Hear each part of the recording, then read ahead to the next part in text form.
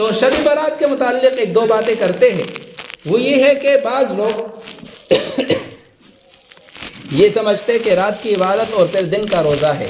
تو شب برات میں رات کی جو عبادت ہے وہ تو احادیث سے ثابت ہے، کوئی مخصوص عبادت نہیں ہے کہ بھائی آپ نے فلاں عبادت کرنی ہے اور فلاں طریقے سے کرنی ہے، نہیں. ہاں اتنا ہے کہ اس شب میں انسان کیا کرے، عبادت کرے، اپنے لیے قرآن مجید کی تلاوت کرے، اپنے گھر میں تہجد کے لیے اٹھے یا سونے سے پہلے نوافل پڑھے، ذکر و اذکار و تسبیحات کرے، دعائیں مانگے اللہ تعالیٰ سے. اور ندا آتی ہے، وہ سارے لوگوں کی بخشش ہوتی ہے. سارے لوگوں کی کیا ہوتی ہے؟ بخشش. ہاں چند بدبخت ایسے کہ ان کی بخشش اللہ تعالیٰ اس رات میں بھی فرماتے ہیں. ہاں ان باتوں سے بچنا چاہیے. انسان اس رات کے شروع میں اس سے توبہ کر لے. مثال کے طور پر آتا ہے کہ مشرک کی بخشش اس رات میں نہیں ہوتی، جو اللہ تعالیٰ کے ساتھ کیا کرتا ہے؟ شرک کرتا ہے. آتا ہے کہ جو ناحق قتل کرنے والا ہے اس کی بخشش، والدین کی نافرمان کی بخشش نہیں ہوتی، اپنے مسلمان بھائی سے بغض اور عداوت رکھنے والی کی بخشش، کینہ رکھنے والی کی بخشش. اور آخری بات، اور اسی طرح شراب پینے والے کی بخشش بھی اس رات میں نہیں ہوتی. اور آخری بات یہ کہ جس میں ہم اکثر ملوث ہوتے ہیں وہ یہ ہے کہ جو اپنے شلوار کو ٹخنوں سے نیچے لٹکانے والے ہوتے ہیں اس رات میں ان کی بخشش بھی نہیں ہوتی. ہمارے لوگوں نے یہ ٹخنوں کے چھپانے کو بڑا ہلکا سمجھا ہے، حالانکہ صحیحین کی حدیث ہے ما اسفل من الکعبین من الازار فی النار، کہ بھائی ٹخنوں کا جتنا حصہ شلوار کے نیچے چھپے گا وہ کس میں جلے گا؟ آگ میں جلے گا. کس میں جلے گا؟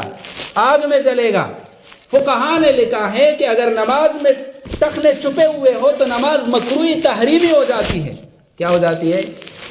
اور اس حدیث مبارکہ کو دیکھو کہ اتنے مبارک شب میں جس میں اللہ تعالیٰ اور سب کی بخشش کرتے ہیں سوائے ان چند کے، ان میں سے ایک وہ ہے کہ جو اپنے ٹخنوں کو کیا کرنے والے ہیں؟ چھپانے والے ہیں. اور ہمارے تو مائیں بھی اپنے اولاد کو جب سجاتے ہیں نا تو جب اس کو بوٹ شوٹ پہنا دیتے تو تھوڑے سے سلوار نیچے کو کھینچ دیتی ہے، کہا کہ یہ اوپر بری لگتی ہے. کیا لگتی ہے؟ بری لگتی ہے. حضرت عثمان رضی اللہ تعالیٰ عنہ مکہ المکرمہ آ گئے تو وہاں اپنے بھائی کے پاس ٹھہرے. جب نبی علیہ السلام نے صلح حدیبیہ میں ان کو صلح کے لیے کفار کے سرداروں کے پاس بھیجا تھا، جب جانے لگے تو شلوار اوپر ہے. اس نے کہا عثمان آپ مکے کے سرداروں کے پاس جا رہے ہو، ان کے ہاں یہ معیوب سمجھا جاتا ہے، جو ٹخنے کھلے ہوئے ہو پینچے اوپر ہو تو یہ برا سمجھا جاتا ہے. تو نبی حضرت عثمان نے فرمایا ہا قضا سنت حبیبی صلی اللہ علیہ، کہا کہ نہیں، کفار کے سرداروں کو میں نے نہیں دیکھنا، میرے حبیب صلی اللہ علیہ وسلم کی سنت یہ ہے. میں ان جہال کی وجہ سے اپنے حبیب کی سنت کو ترک نہیں کر سکتا. آج تو ہم نے معاشرے کو خوش کرنے کے لیے کیا کہا؟ نبی علیہ الصلوۃ والسلام کی سنتیں ترک کر دی ہے. نبی علیہ الصلوۃ والسلام کے دل پر ہم چنیاں پھینکتے ہیں اپنے معاشرے کو خوش کرنے کے لیے، ان لوگوں کو خوش کرنے کے لیے کہ جس میں کچھ وفا نہیں ہے، جو ہمیں قبر میں رکھ کر قبر کے گڑھے میں دفنا کر واپس آ جائیں گے، وہاں پر بھی ساتھ نہیں رہیں گے. وہاں پر نبی علیہ الصلوۃ والسلام کی تصویر مبارک پیش کی جائے گی کہ اس کے متعلق تمہارا کیا خیال ہے. اگر سنت کے مطابق زندگی گزاری ہوگی تو جواب دے سکیں گے کہ یہ تو میرے پیارے نبی صلی اللہ علیہ وسلم ہے، اس کا تو میں امتی ہوں، یہ تو میرا نبی ہے. اور اگر نبی کی سنتوں سے ہٹ کر ہم نے زندگی گزاری ہوگی تو وہاں پر جواب نہیں نکل سکے گا زبان سے.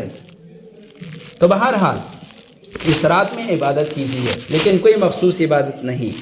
اور نبی علیہ الصلوۃ والسلام شعبان میں سب سے زیادہ روزے رکھتے تھے، کسی اور مہینے میں حدیث میں آتے اتنے روزے نہیں رکھے رمضان کے علاوہ، مگر جتنے شعبان میں آپ نے رکھے ہیں.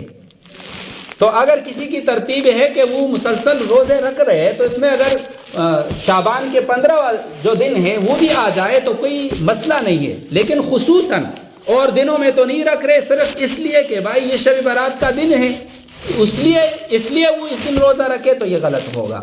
اور نبی علیہ الصلوۃ والسلام شب برات میں جنت البقیع بھی گئے ہیں، وہاں جو مردے تھے ان کے لیے مغفرت کی دعائیں بھی مانگی تھی. تو اس شب میں اگر کوئی آدمی، لیکن پوری زندگی میں آپ علیہ السلام ایک دفعہ گئے ہیں، ہر شب برات کو نہیں گئے، تو ہم بھی اگر اپنی زندگی میں 1-2 دفعہ 1 2 سال یعنی کبھی کبھار اس شب میں قبرستان چلے جائے اور مردوں کے لیے دعائیں مانگے تو یہ بھی کس سے ثابت ہے؟ سنت سے ثابت ہے۔ تو یہی چیزیں ہیں، اور اس میں جتنے بھی چیزیں ہیں سارے خرافات ہیں، سارے کیا ہے؟ خرافات ہیں۔ تو ایک تو شب برات کے متعلق یہ باتیں تھی۔